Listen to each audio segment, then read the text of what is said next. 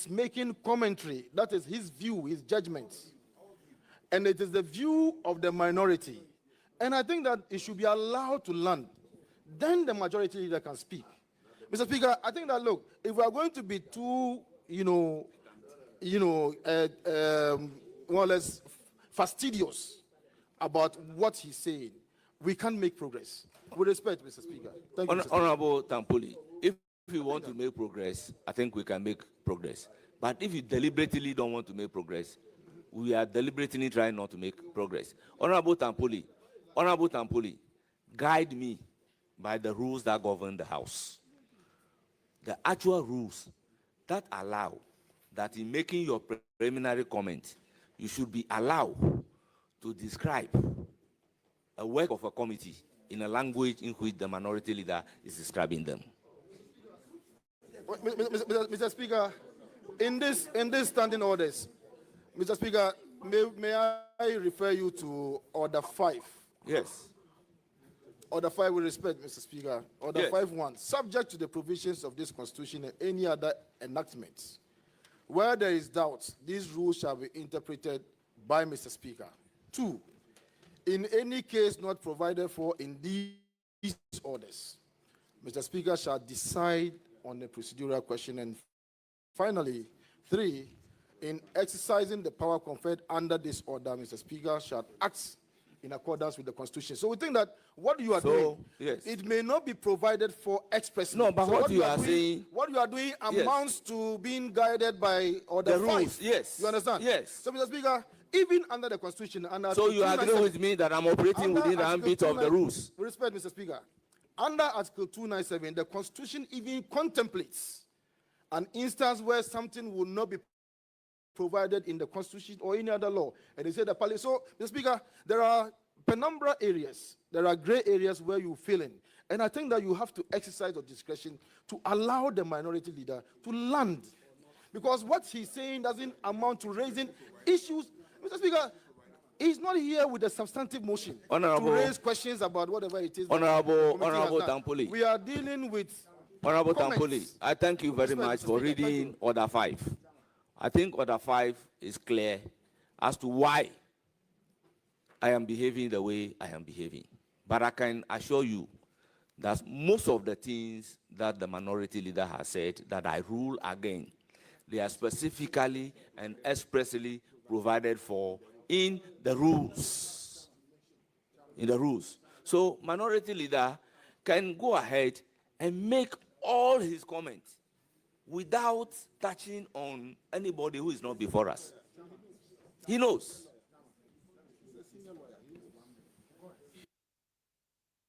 Yes. Thank you. Thank you, Mr. Chairman. Chairman, I want to draw your attention to Order 24, B and D.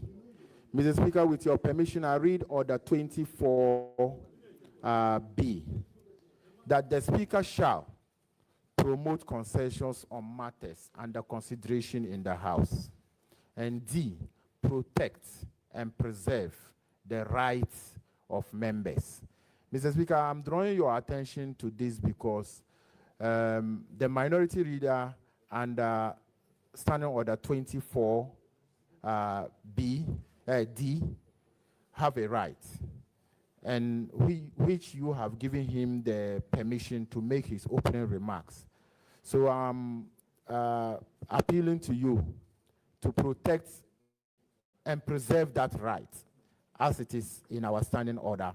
And also, Mr. Chairman, the Order 24B, that you should promote concessions on matters. If majority leader think otherwise, minority leader think otherwise. Majority leader, after majority leader's statement, can also make statements if there are things, and he correct some of the things that he thinks is wrong. Then we can make progress, Mr. Speaker. Thank you. Honorable Minority Deputy Whip, it is not only the right of the minority leader that is supposed to be protected. The right of everybody is supposed to be protected. The right of those committee members are also supposed to be protected. So don't take it that I am violating the rights of the minority leader in any manner whatsoever. That will be a very wrong impression. And let me state that anybody who wants to enjoy his rights should know that the beginning of your right would mark the end of somebody's right. Thank you. Chairman, and keep to the rules because I will object to anything that violates the rules. Mr. Chairman, Minority leader, don't be preemptive. Majority leader, don't be preemptive. So go ahead.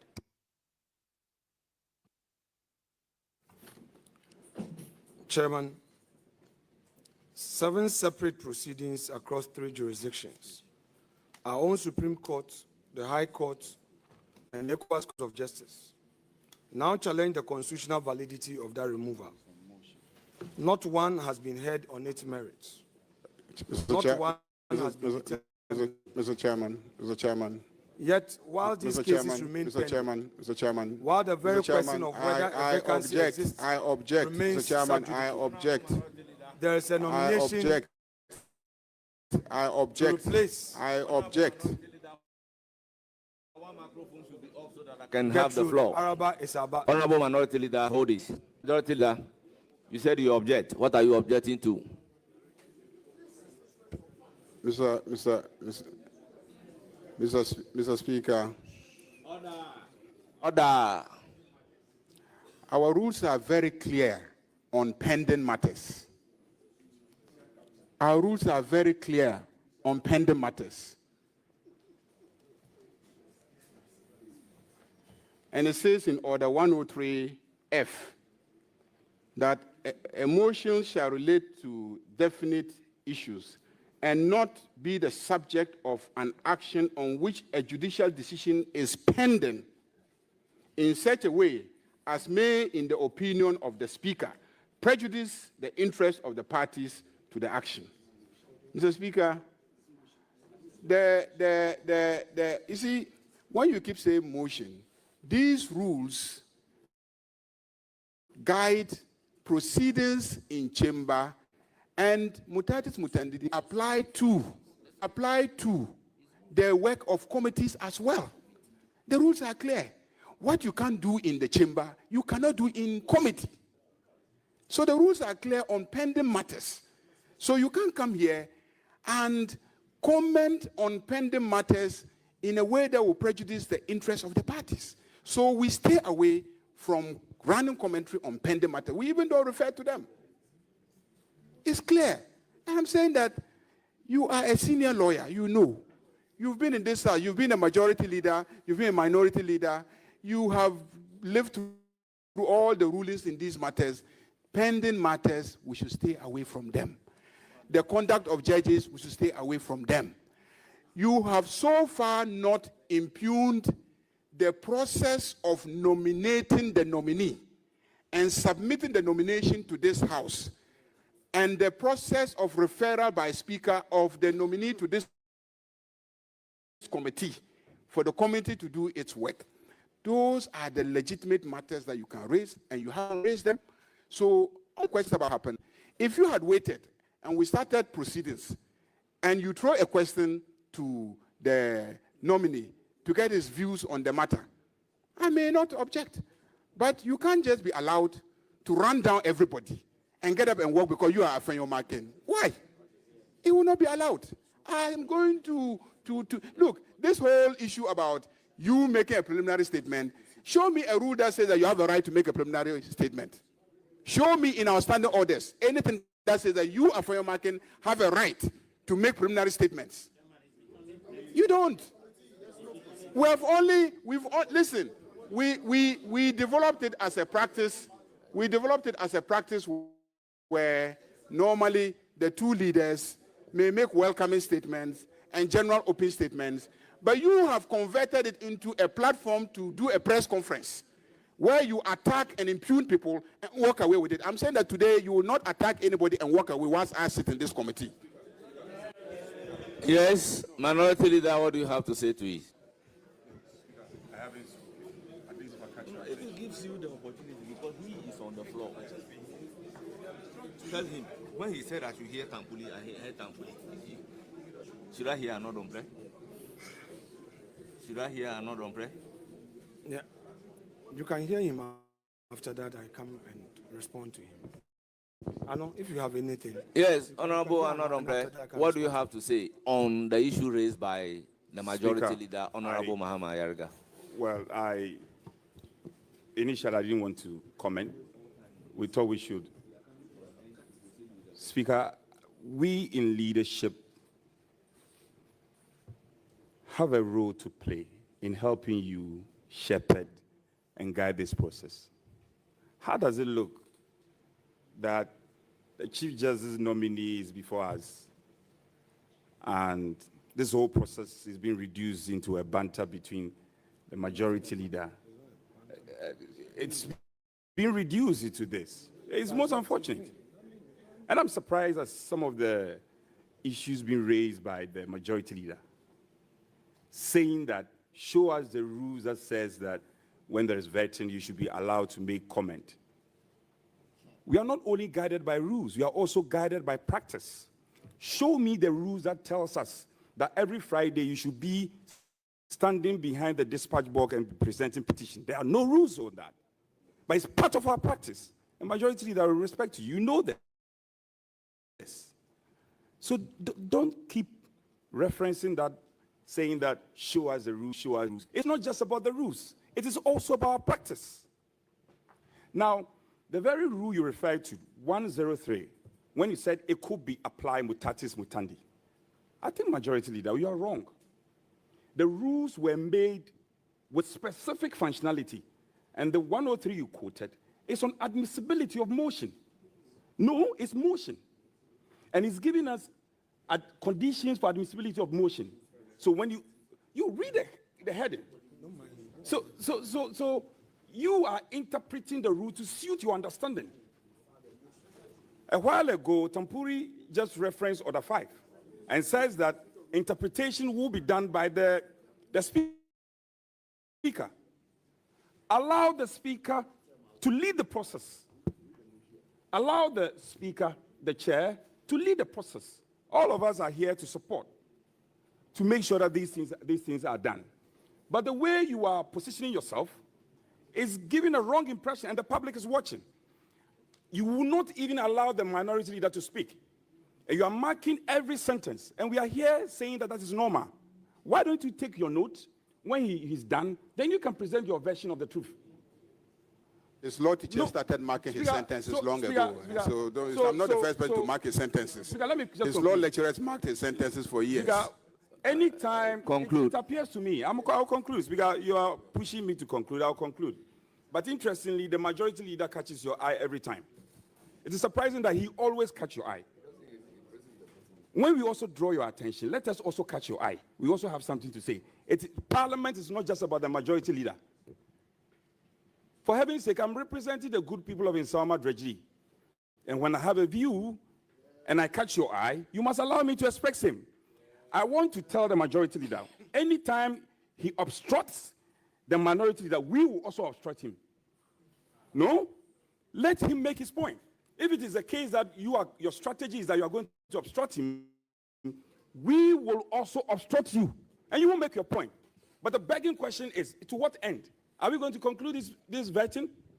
What are we telling Ghanaians as representatives of the people? Speaker, I think you should rule on this matter. The majority leader should put down his points. Honorable, can I finish? For heaven's sake, can I finish? The respected majority leader I saw him taking copious notes. He should write down his points.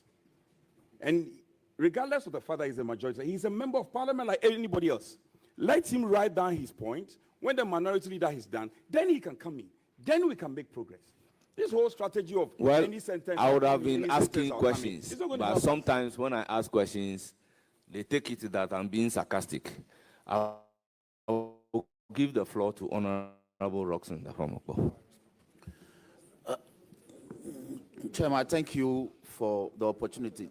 Chairman, given where we are, I seek your guidance on this matter. And here it is. Within the terms of Order 103, Rule D, Rule E, and F. The minority leader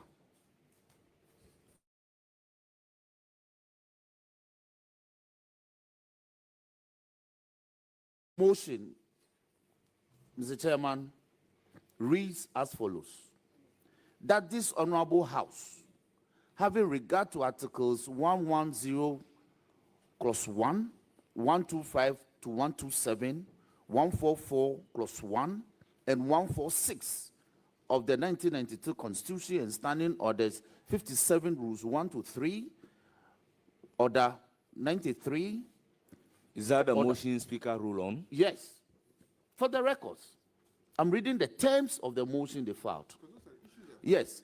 Order 103, Rule F, Order 216, and Order 217 of our standing orders resolves to suspend forthwith all further proceedings, both at the Appointments Committee and at plenary, on the nomination of Justice Paul Bafuboni as Chief Justice until all pending suits and applications directly bearing on the removal of a leadership Justice Gertrude Araba Isaba Tokonu, Saki Tokonu, including ECOWAS Court, suit number ECW/CCJ/APP/32/25 on provisional measures, multiple Supreme Court proceedings, and High Court applications are finally determined or withdrawn, and that in the interim, the Business Committee reprograms the business of the House. Accordingly, the Appointment Committee stands down any scheduled vetting related to the nomination, and that the Attorney General and Minister for Justice be summoned pursuant to Article 103 of the Constitution to appear before this House or before such committee as the House may designate, to provide a comprehensive briefing on the status of all pending litigation relating to the removal of a leadership Justice Gertrude Araba Isaba Saki Tokonu, including but not limited to A, the identity, jurisdiction, and procedural status of all such proceedings; B, any provisional measures, interim orders, or conservatory orders sought or granted; C, the relief sought in each proceeding and their potential implications for the office of Chief Justice; D, Ghana's international obligations under regional treaties relevant to the ECOWAS Court proceedings; E, the government's assessment of potential legal and constitutional implications of proceeding with the appointment of a successor Chief Justice while such litigation remains pending; and F, any other matters relevant to Parliament's informed exercise of its constitutional functions under Article 1141. Applicants of the motion. Well, hold on. Let me hear you, Honorable Habib. What are you objecting to? Chairman, Parliament and parliamentary proceedings and practices. A member is not to address the House. What Honorable Roxon is doing is addressing us. Whatever he's reading, Mr. Chairman. Honorable, Mr. Chairman, but you are completely out of order. To us, Mr. Speaker. You are completely out of order. So, Chairman, no, he should stop. It is only when a supplementary question is being asked. A motion that the Speaker has ruled. Would you listen to me, reading the Honorable motion Habib? on the floor. Would you listen to me? It is only when a supplementary question is being asked that you don't address the House. So you are completely out of order. Honorable Minority Leader, may I have your response? Chairman, I'm not done. Okay, hold on. Then conclude. Yes. Conclude. No, I'm not done. Then conclude. So, Mr. Chairman, these were the terms of the motion the minority leader and his group filed. In the course of considering admitting this motion, Speaker determined that the motion cannot be admitted. Now, the minority leader, as ranking member of this committee, is using a backdoor approach. He has rehashed the terms of this motion contained in a speech, and he seeks to read that speech before this committee. Honourable member, It conclude. cannot be done. You've made your point. Yes, minority leader, let me hear you. Chairman, with respect, thank you for the opportunity. Let me first respond to the issue raised by the respected majority leader, which issue he anchored on Order 103F. For the avoidance of doubt,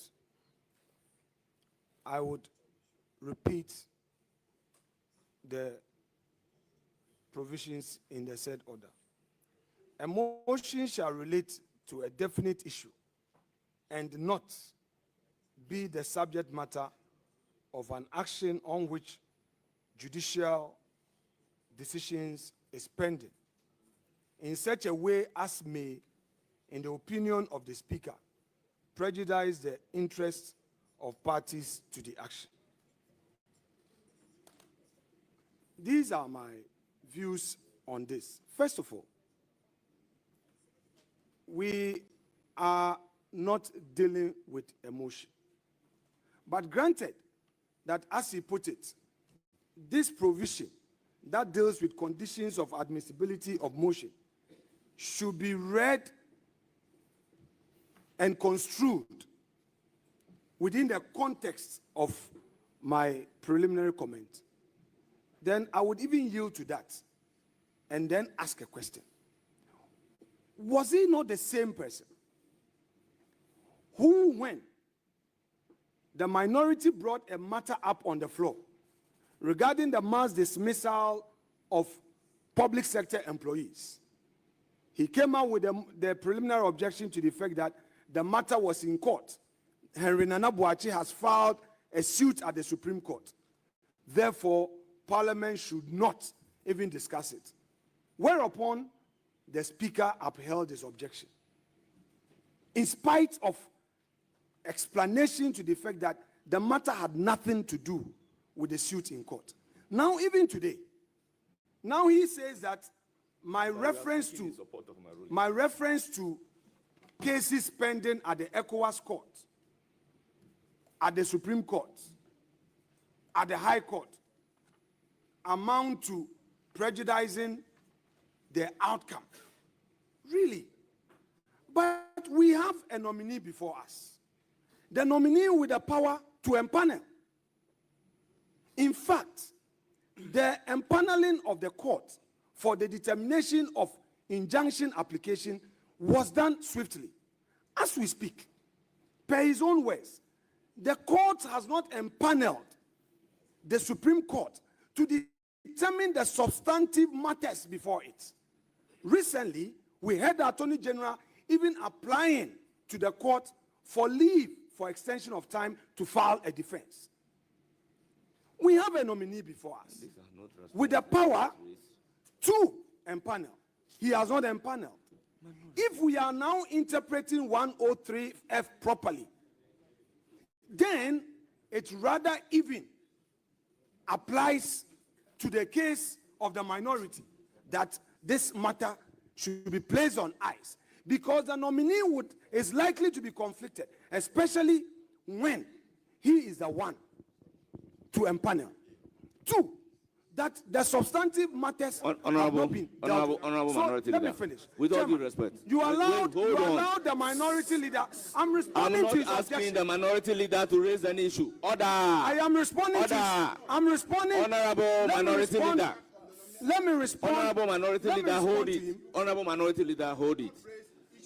May your microphone be off, minority leader. Chairman, just a second. Bear with Minority me. leader, Chairman. let your microphone be off. Hear Chairman. me out. Very well. I will hear you. Yes, and I'm then supposed continue my to argument. play the fair game here. If you make your point, we respond. Honorable minority leader, What is wrong? please, just I don't observe respond. me. The Fiamma Paul spoke. Hear for what I almost will want 20 to minutes. say. Honorable members, can there be an order? Order. I don't want to hear anybody's voice again. Honorable members, when an objection is raised, I listen to the objection. So I expect you to respond to the objection that is raised. I don't think in all the objections raised, there is anything in the objection that suggests that the nominee before us swiftly and panel acted in conflict. I mean, all those things have not You've said been- that. You've said that. You've said that. Why? You've said that. You said that. You said that the nominee So- swiftly empaneled the court. So, honorable members, on this note, I would want him to conclude. I will rule on the matter, then we take a short break and come back and continue with the vetting. Chairman, with respect, it is my view that if the order 103F that the majority leader made reference to at all is applicable, then it is the more reason for the minority's concerns to be heard. Here is he suggesting that nothing should be raised that is likely to affect the outcome of a pending suit. That is what he says. He says that my reference to matters that are pending before court amount to a situation where I will be offending Rule 103F. If that is the case, then the matter before us is rather more fitting than the argument he's making against me. Because, with respect, we have pending suits for over 6 months. Chairman, there is- no. Chairman, I have the floor. You've not called me. Chairman, the rules. You have not called him. Chairman, you see, Chairman, he puts on the rules. The rules are clear. No, it's not. The rules are clear. The rules are clear, Chairman. The rules. So when you It just comes in. But you just put on your microphone and speak. Leader, you just put on your microphone and speak. Honorable members, I've stated clearly, the whole world is watching us. You will not have the floor until I ask you to do so. I will consider a situation where you put on the microphone without the speaker asking you to say something as disorderly, and I will invoke the rules appropriately. So we should all take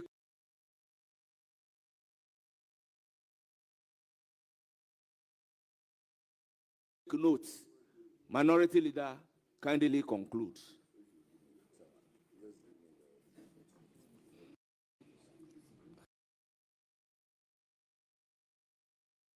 So, Chairman,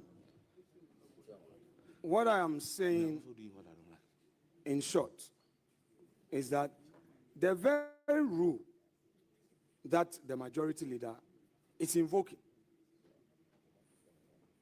supports the contention of the minority. And I'm responding to him.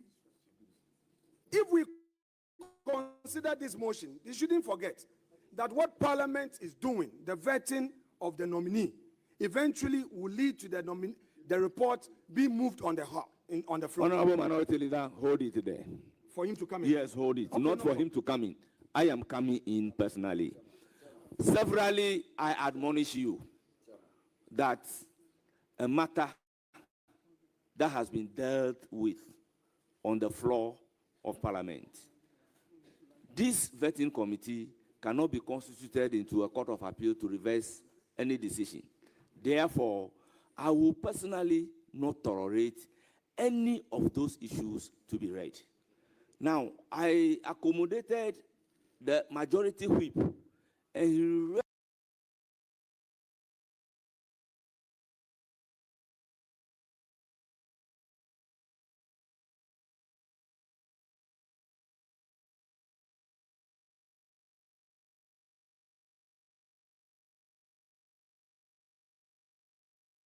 But in a sense, so your motion, so anything that relates to your motion would not be entertained before this particular committee, because for me, that matter procedurally and legally is mute. It cannot be raised. So, Minority Leader, kindly conclude. And then the Fiamakwa also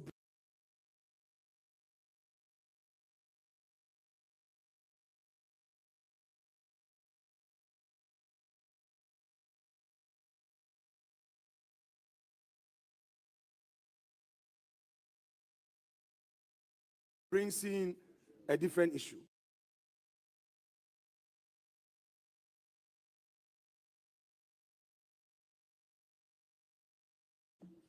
So I'm done with him.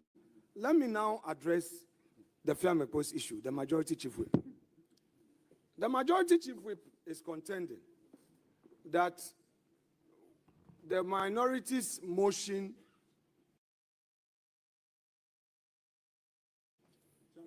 was ruled upon. Mr. Speaker, Mr. Chairman, we are not here to rehash our argument. We have not brought any argument before the House. We filed an administrative motion, which motion was declared inadmissible. It's as simple as that. Now, it does not stop us from stating our views on an important national matter.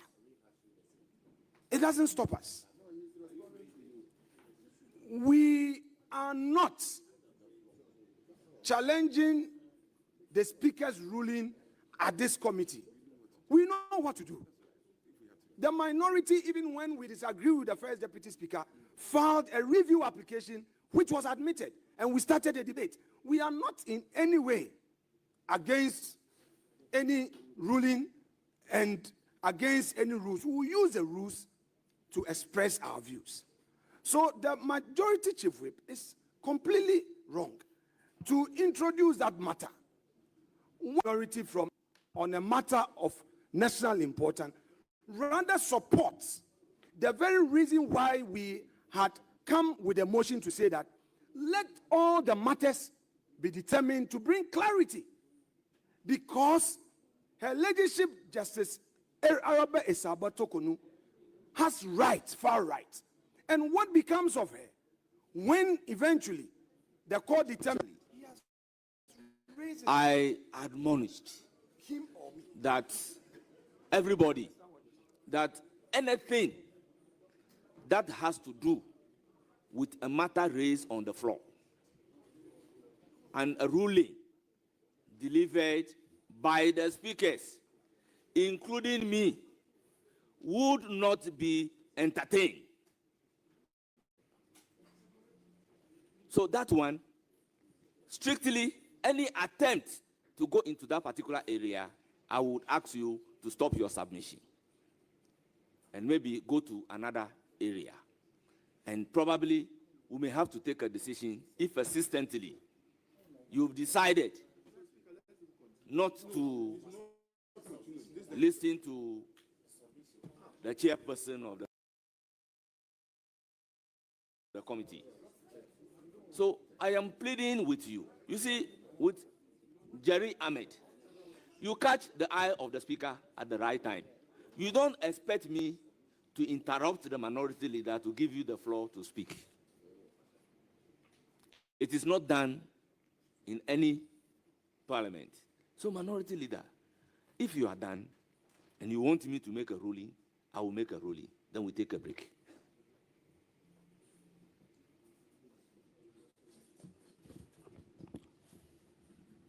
Chairman, with respect, the minority on this committee is ready to assist you through this process. It is clear to us, however, that consistently there is a grand design to obstruct us, deny us of our right to express opinion on a matter of national discourse. We are clear on our minds what the majority is up to.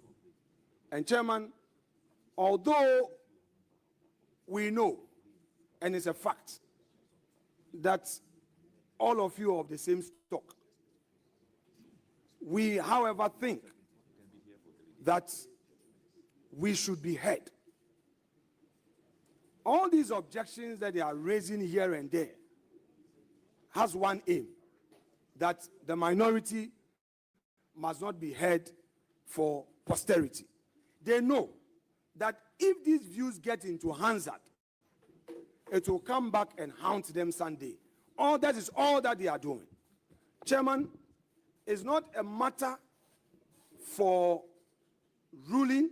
I hold a view on behalf of my colleagues that you should restrain the majority leader, because it is one too many, very consistently, the statement that I made as part of my remarks that he is invoking Order 103F is neither here nor there. I didn't make any prejudicial comment. I didn't say anything that offends Order 103F. It is very clear what he is up to. Let us be very fair. Let us allow democracy to be at play. They are in the majority, no doubt. They are in majority, no doubt. But they allow us. I'm responding to, you see, Chairman, Chairman,